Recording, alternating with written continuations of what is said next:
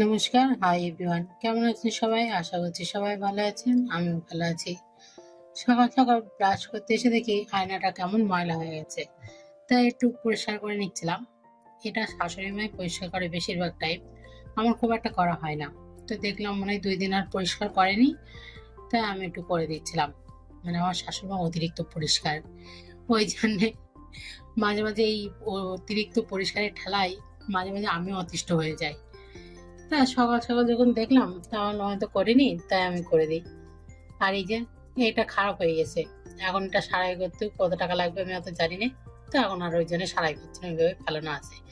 নেওয়ার ইচ্ছা ছিল না ওটা, আমাদের কলের জল ভালো, কিন্তু তাও নিয়েছিল বাড়ির থেকে।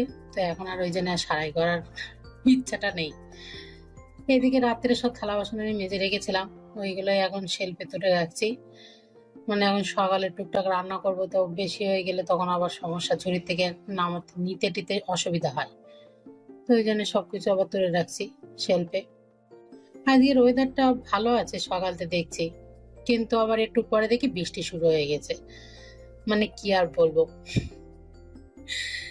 কখন যে রোদ কখন যে বৃষ্টি, একটু ভালো লাগে না।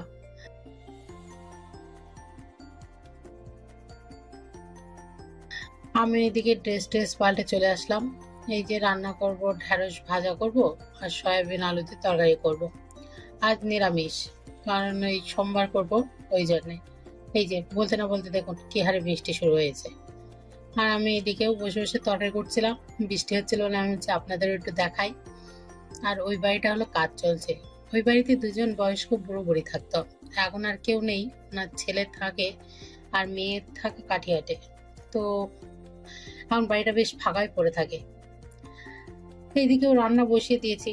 আপনাদের সাথে কথা বলতে বলতে এইদিকে আমার কোটা বাছাও কমপ্লিট।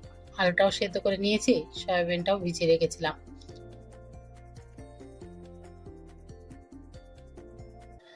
হ্যাঁ, আলু আর ঢেঁড়স ভাজা করেছি, আর এই যে সয়াবিনের তরকারি করছি।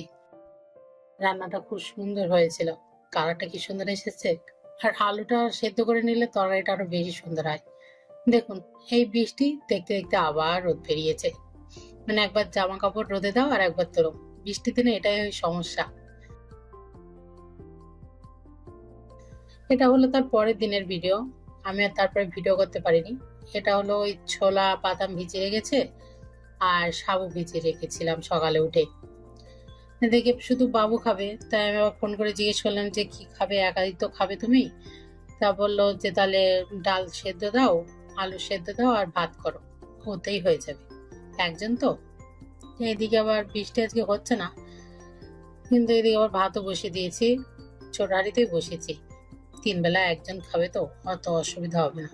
আর প্রেসার কুকারে ডাল আর আলু সেদ্ধ দিয়েছিলাম। এইদিকেও নিয়ে নিয়েছি সাবু কলা আর গুড়। আমি এমনিও মিষ্টি জিনিস খেতে পছন্দ করি না, কিন্তু কি করব, খেতে হবে। তো চলুন আমি খেয়ে নিই। আজকের ভিডিওটা কেমন লাগলো প্লিজ জানাবেন, আর সবাই ভালো থাকবেন, সুস্থ থাকবেন।